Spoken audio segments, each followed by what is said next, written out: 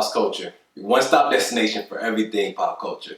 My name's Aston, and today we're going to do a recap and a review for Supergirl Season 2, Episode 4, Survivors. This was an action-packed episode. We got a lot going on.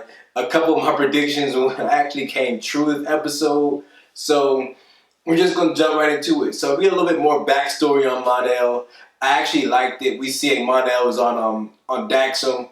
We see that he's part of the honor guard. We see like he was actually trying to protect the prince. The prince kind of tricked him to get into the Kryptonian pod. And once he got into it, he basically just sent it to Earth. And it was cool to see what really happened between this incident and why mon-el was on Earth. Now going on from there, we see this whole episode that mon-el is testing out his powers. We see they're sticking really to the comic books for him. We see that he actually does, he's not as strong as Clark and Kara is, but I thought he could actually fly in the comic books. So it's not really like in this episode it really just said he can leap the single bound, which was definitely a Superman reference. They were just trying to sneak in there like an Easter egg, if you want to call it. Now, there were a lot of references going on in this episode. I'll get to them when they come. In this episode, we got Manhunter and Miss Martian. This was a very interesting relationship. It was a different twist to what I'm used to for Manhunter and Miss Martian. We see that I really do like McGann. I really love Miss Martian. But something about like this relationship they have going on between, they're trying to build between Manhunter and Miss Martian, I really did not like it. Like he's trying to do that bond with her. Like he basically just met her and said, "Hey, let's have sex," and it's extremely weird. And I know I can't be the only one that thought that was weird. Like he just wants, he wants way too much too soon with Miss Martian. Like she basically like doesn't want to talk. Like, she wants to do her own thing. He just, oh, let's bond. We're the last two of our couple. We need to make more. Like it was really creepy. It came out super creepy and awkward, honestly. And it messed with me a lot because like I'm used to where they're pulling off the angle where she's younger than him and he's more of a father figure / like uncle to her. Obviously she's not his daughter, one of his daughters, whatever. But like I'm used to like the Young Justice angle they went. That's what I'm used to. And I am glad that I'm just gonna get over with now. Miss Martian is white. Like I was glad they stuck with that. And I thought about it because even when the first thing that made me think about yes, they're going with the white when they're talking about just her memories of the whites just being brutal. There's one white Martian who didn't want to kill anybody. I was like, yes, they're going to keep her white. That's going to be part of the storyline. That's going to come up later on. I don't know if it's next episode or what. They have to fulfill this storyline. Like, this is good. I can't wait till where John actually figure out that McGann is actually a white Martian. And I love the white Martian character design. In all actuality, the green and the whites look exactly the same.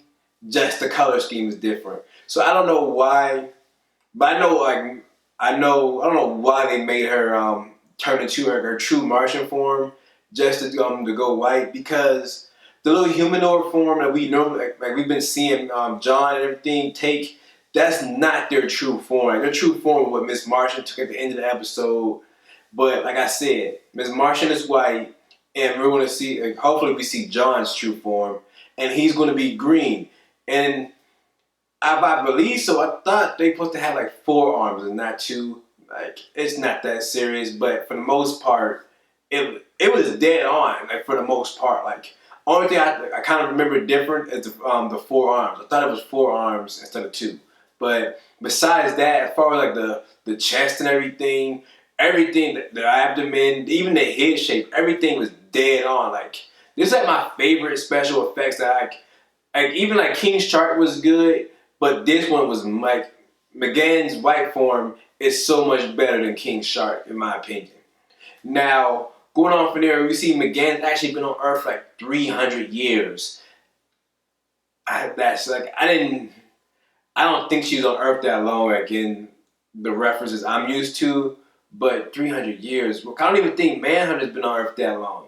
So yeah, wow, like that kind of threw me off too. But it makes sense because the actress that's playing Miss Martian is a little bit older. I believe she's like 42. So it makes more sense because I was confused too why they had such an old actress to play Miss Martian when Miss Martian is normally such a young character.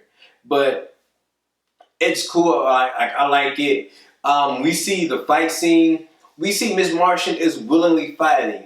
Everybody else is fighting because, well, not everyone, but a lot of them are fighting because they want to fight. But we see a couple of them are fighting because they're basically being forced to. Because we see when Alex and Maggie go and actually talk to one guy, try to like confront him about the murder. We see that he fights him off, and once he gets kidnapped, he does not want to go. He does not want to be there.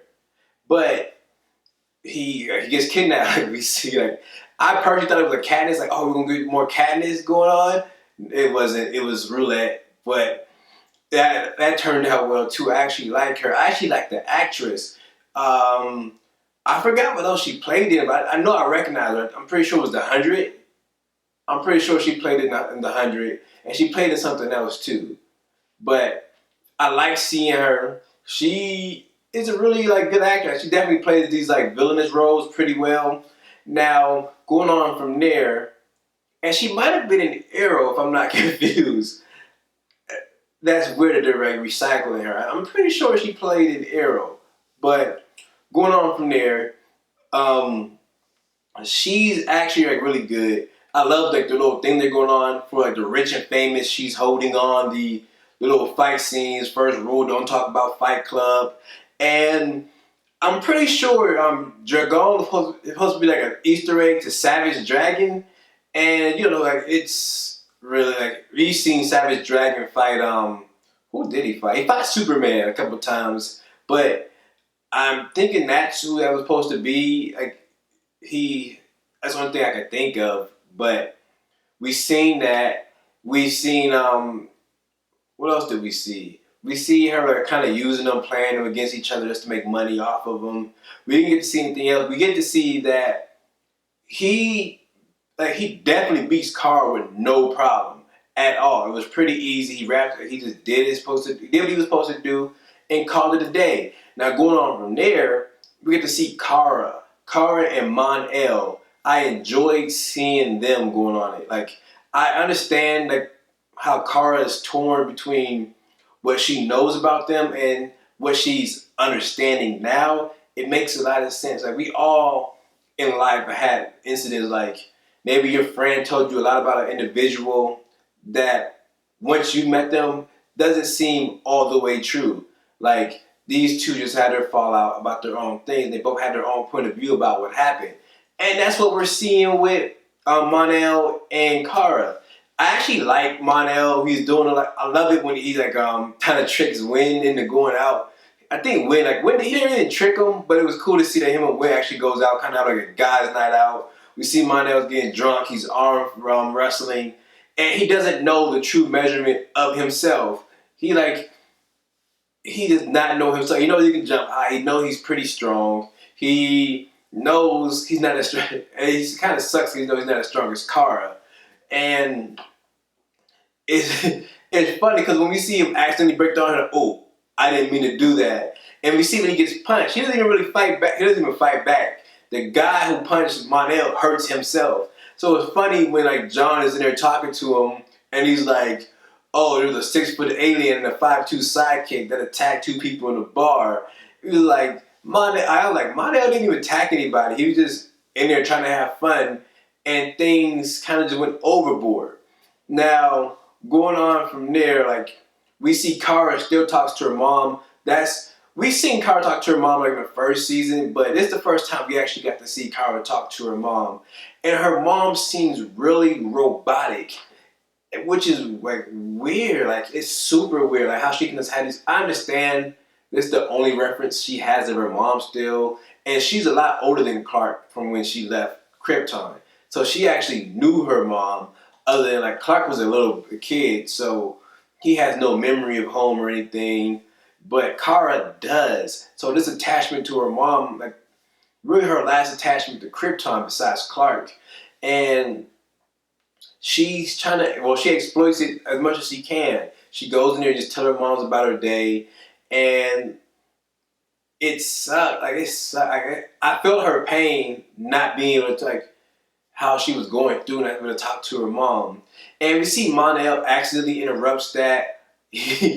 Hanging out with Win, he kind of blurts out something that's kind of like a little weird. And it's funny because I do this with my friends, like my I'm not saying my friends have an attractive mom, but I'll mess with my friends like, oh, your mom, like I'm gonna be your stepdad and stuff like that. So it's funny, like we see him, like he didn't mean to do it, but it's funny because I know I do that to my friends sometimes about their mom. Now, going on from there, we see by the end of the episode, like Mon-El and Kara actually like kind of deciding to be friends and like not really be friends and try to. You realize they're basically the last two of their planet. There's no reason for them to hold grudges from what their planet they had nothing to do with. Now, going from there, we have little Easter eggs of Mon-El being a superhero. We see Mon-El actually getting Kara actually agreeing to trade Mon-El now, and it's going to be cool to see that. One thing I didn't mention though about Kara, she had a little bit of jealousy when it came to Alex and Maggie because Alex and Maggie's chemistry are off the charts. I already knew. Well, a lot of people called it. A lot of people were angry about it, which I think is stupid.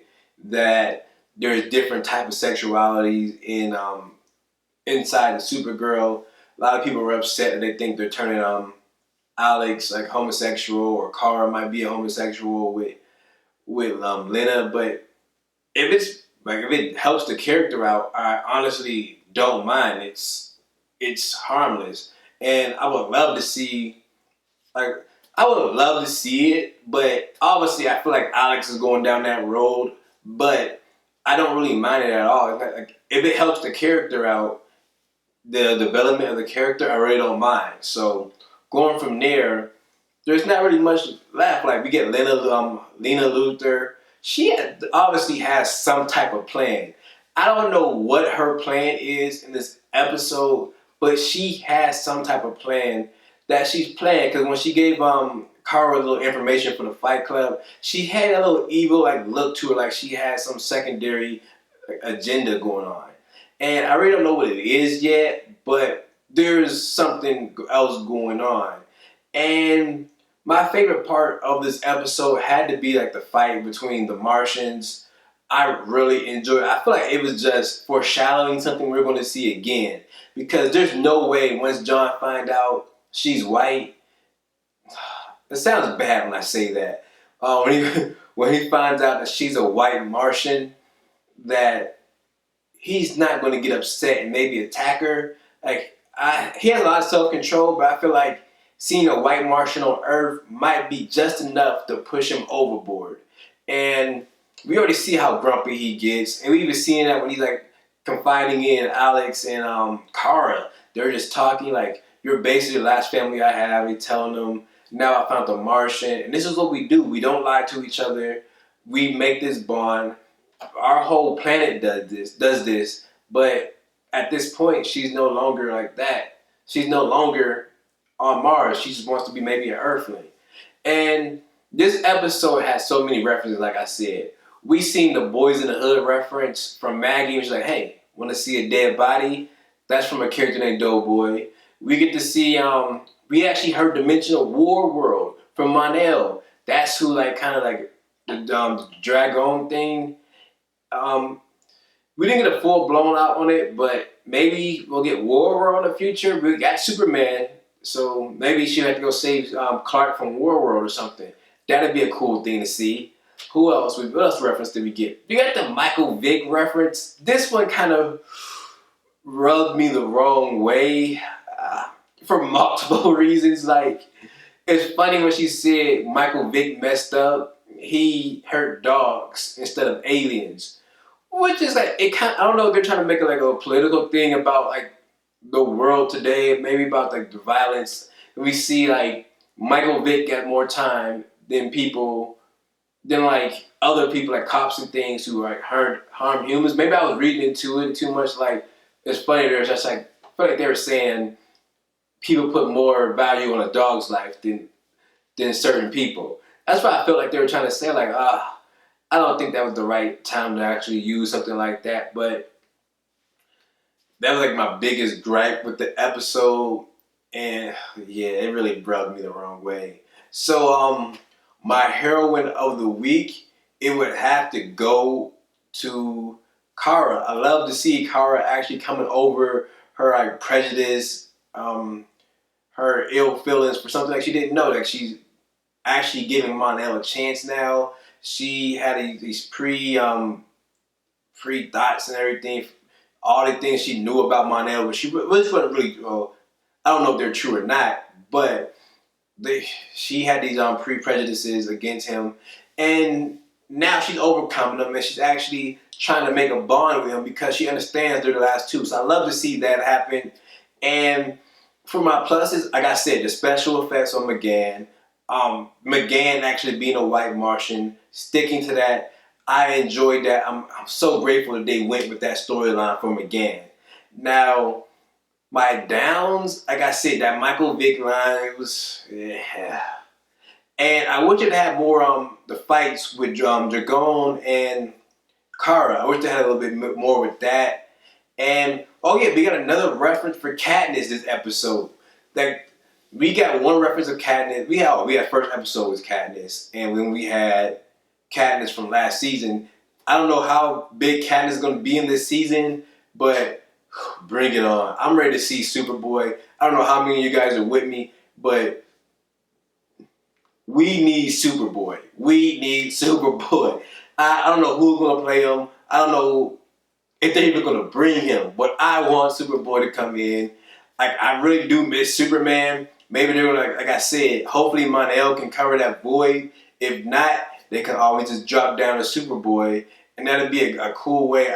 I don't know if, because Superboy's supposed to be younger than Tyler Hoechlin. Well, not younger than Tyler Hoechlin, but younger than Superman. So I don't know if they'll use Tyler Hoechlin for Superboy or use someone else. But regardless, we need Superboy and Supergirl. I can't wait to see him when he shows up. They're doing Katniss. They have to do Superboy. They have to. Now, that's really all we have for this episode. Let's make sure you thanks you guys for tuning in. As always, make sure you like, comment, subscribe, share the video for your friends if you want your friends to see the video. And as always, stay lost.